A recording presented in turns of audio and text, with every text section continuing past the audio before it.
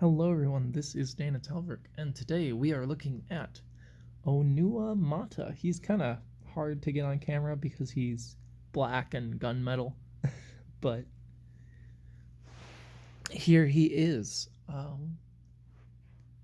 And I already have all the other Toa put away right now, so I'll talk about it more when I do a overview video of all my Toa Mata, but he is basically using the build of my other Toa Mata characters, except the orientation of the limbs is upside down. So the body is right side up, but the limbs are upside down, was sort of my idea with Onua here, because I notice on his set that is sort of what happens is his limb pieces are turned upside down, at least on his legs.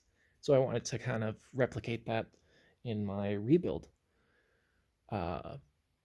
He also, unlike the other Toa, uses the wider torso, and that's to hearken to Onua Master, who uses a wider torso than the other Toa.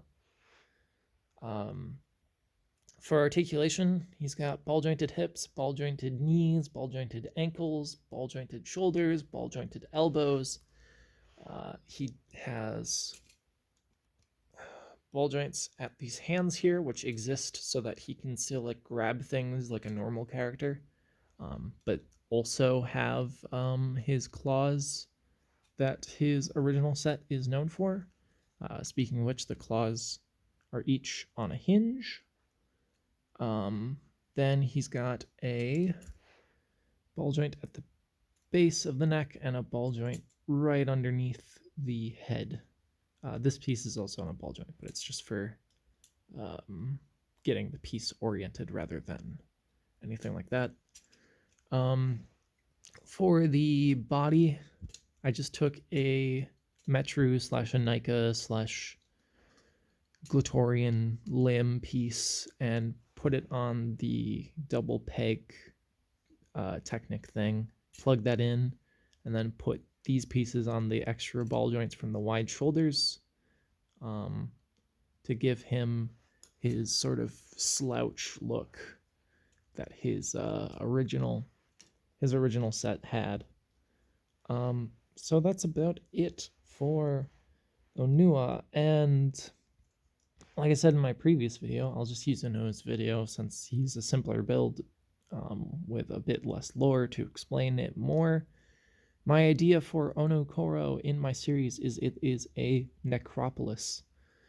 And so Onua having these digging claws is less because the city is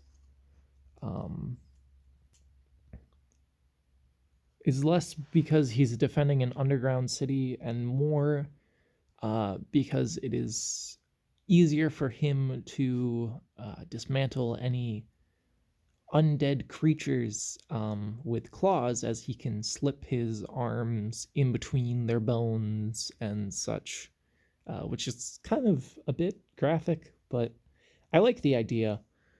Just like this Toa's weapons are specifically because where he is meant to defend is such a kind of nightmarish place to be. But that's about it for Onua. See you next week when we meet the Av characters. I know on my community post I hinted at one of them a while back, so I hope you're all very excited to see how he turned out. See you next week.